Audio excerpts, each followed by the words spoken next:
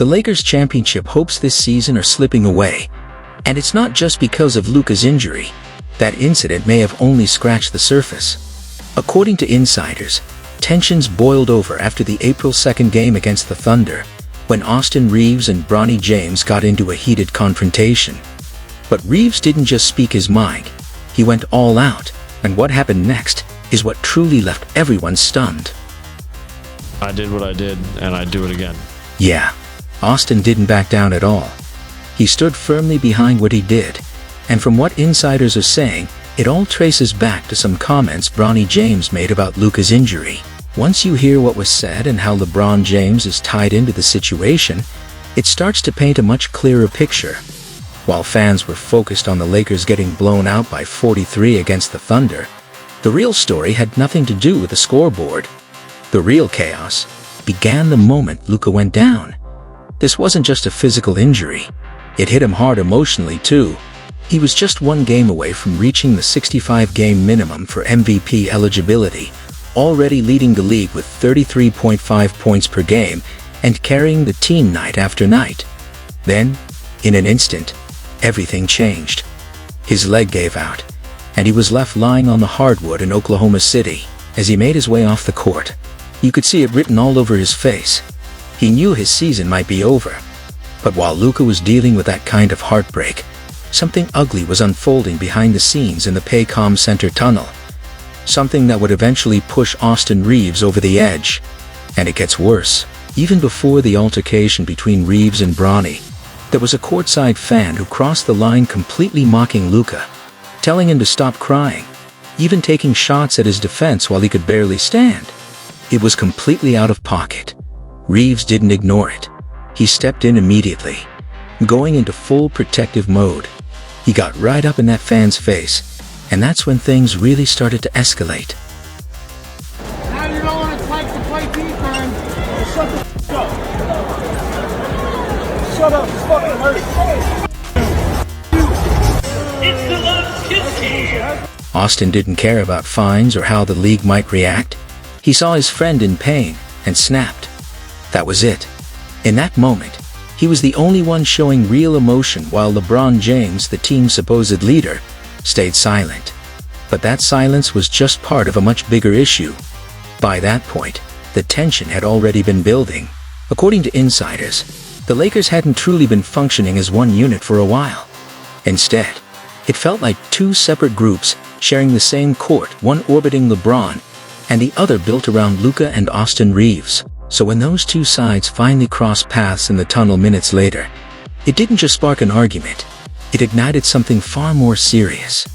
Reaves was already fired up after the courtside incident, but what he walked into next pushed him over the edge. Instead of a quiet, concerned locker room, he saw Bronny James acting unusually upbeat, laughing, and carrying himself like nothing had just gone wrong. And for Reaves, that contrast between Luka's pain and Bronny's attitude was too much to ignore. From there, everything escalated fast. Words were exchanged, emotions boiled over, and Reaves didn't hold back. This wasn't some minor scuffle. It took security stepping in immediately to prevent things from getting completely out of control. What made the situation even more explosive was the belief that deeper motivations were at play, questions about roles, opportunities, and narratives forming behind the scenes. Whether that's true or not, the perception alone added fuel to the fire. And when Reaves finally addressed the situation publicly, he didn't hide behind a safe, scripted response. His words were direct, and they carried weight, pointing toward a bigger issue about team unity and respect in moments that matter most. Meanwhile, the spotlight also turned back to LeBron. Many questioned his reaction or lack of one when Luka went down. For some, it felt like history repeating itself, bringing back memories of past situations where leadership and support were called into question. In the middle of all this, a few players still tried to step up in quieter ways. Jared Vanderbilt, for example, was seen protecting Luka from the media, trying to preserve some dignity in a moment that could have easily been exploited. All of it paints a picture of a team dealing with more than just injuries or losses. There are internal tensions, questions about leadership, and a growing sense that things behind the scenes might be just as important as what's happening on the court. We saw him holding his hamstring in the first half. A lot of us were like, wait a minute now, that wasn't happening when you were dropping 30 plus the last 12, 13, 15 games. But suddenly now your damn hamstring is hurt. We were looking at it with a raised eyebrow. This is where the story really starts to spiral. But some of these claims go way beyond what's actually confirmed, so it's worth separating emotion from what can realistically be backed up. There's no doubt the contrast you're pointing out is powerful. Moments of sportsmanship like players helping opponents up or showing respect off the court do shape how fans see them. Luka has built a reputation for that kind of attitude, while LeBron James has had his leadership questioned at different points in his career. That tension in perception is real, and it fuels narratives like this. But the idea that there's a coordinated effort by LeBron and Bronny James to push Luka out, fake narratives, or orchestrate injuries, that's where things drift into speculation without solid evidence. The NBA's heavily scrutinized media, analysts, teams, and even fans break down everything. A conspiracy at that level involving injuries, minutes, and media manipulation would be extremely difficult to hide. What is believable is internal friction. Teams under pressure, especially ones with big personalities, often split into informal camps. Frustration over roles, playing time, and spotlight can absolutely create tension between players like Austin Reaves and others in the rotation. That part doesn't need a conspiracy to explain A's for Bronny's minutes or performance. Young players, especially ones under a massive spotlight, often get inconsistent opportunities. Sometimes it's development, sometimes coaching decisions, sometimes external pressure. It may not always look fair, but it's not automatically evidence of a larger agenda. The stronger, more grounded takeaway here is this.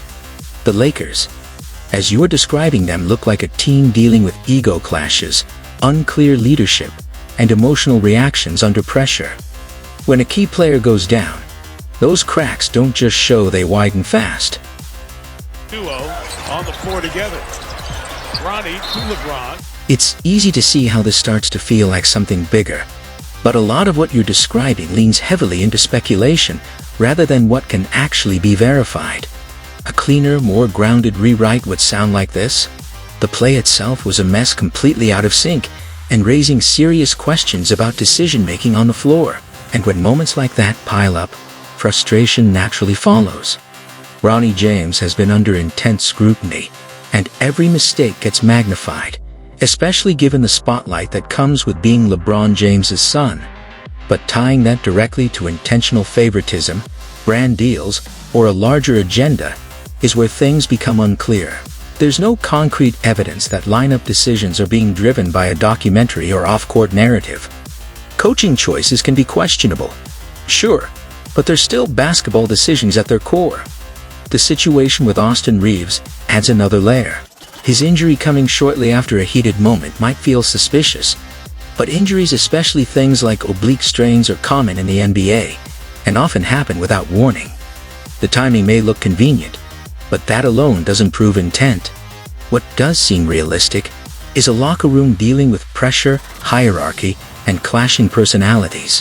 When roles feel uneven and emotions run high, it can create the kind of tension you're describing, players feeling sidelined, others under fire, and leadership being questioned. A's for Rich Paul and trade talk, that's part of the business side of the league.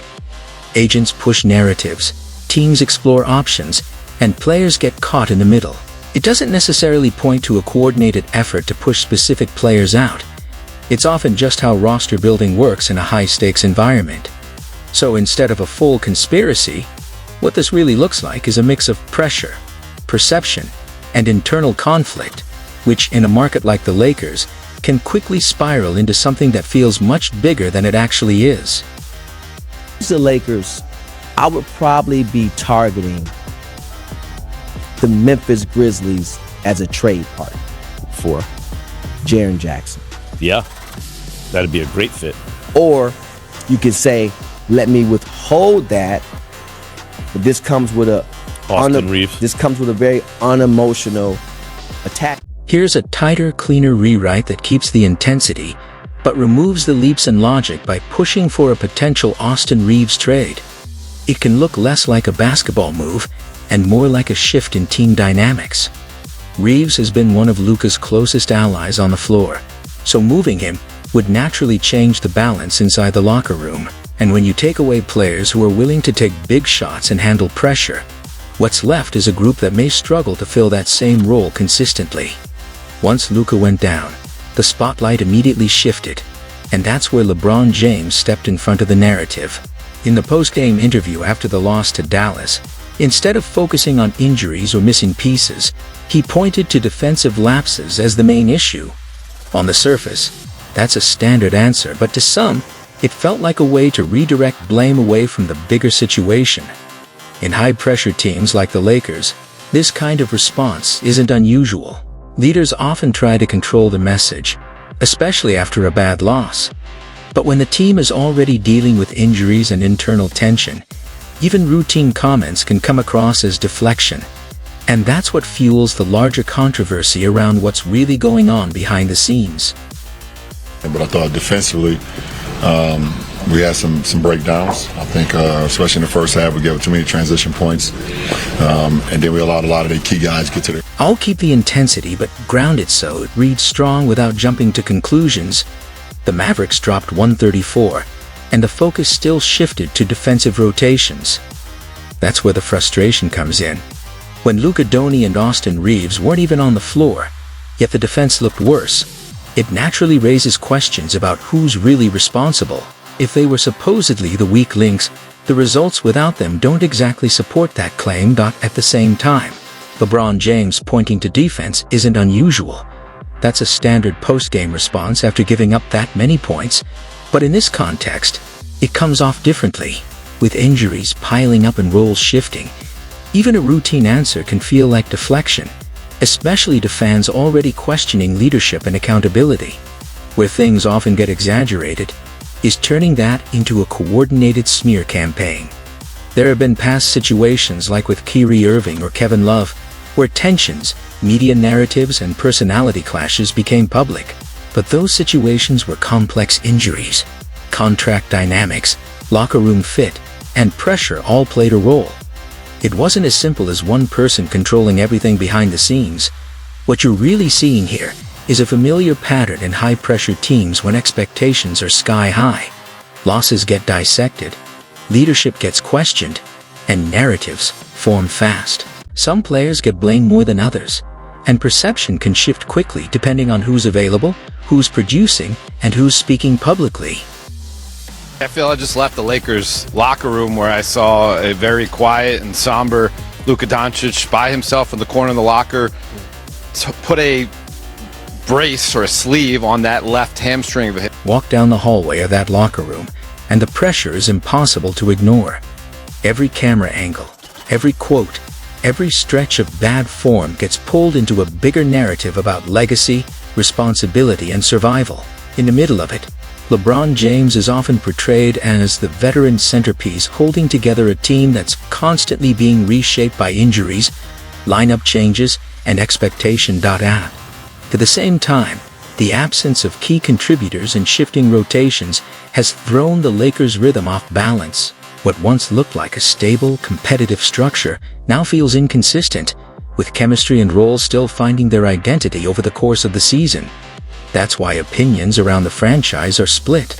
Some point to simple bad luck injuries, timing, and lack of continuity disrupting any chance to build momentum.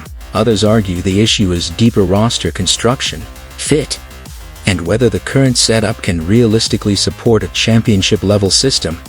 In the end, the real question isn't about drama or blame.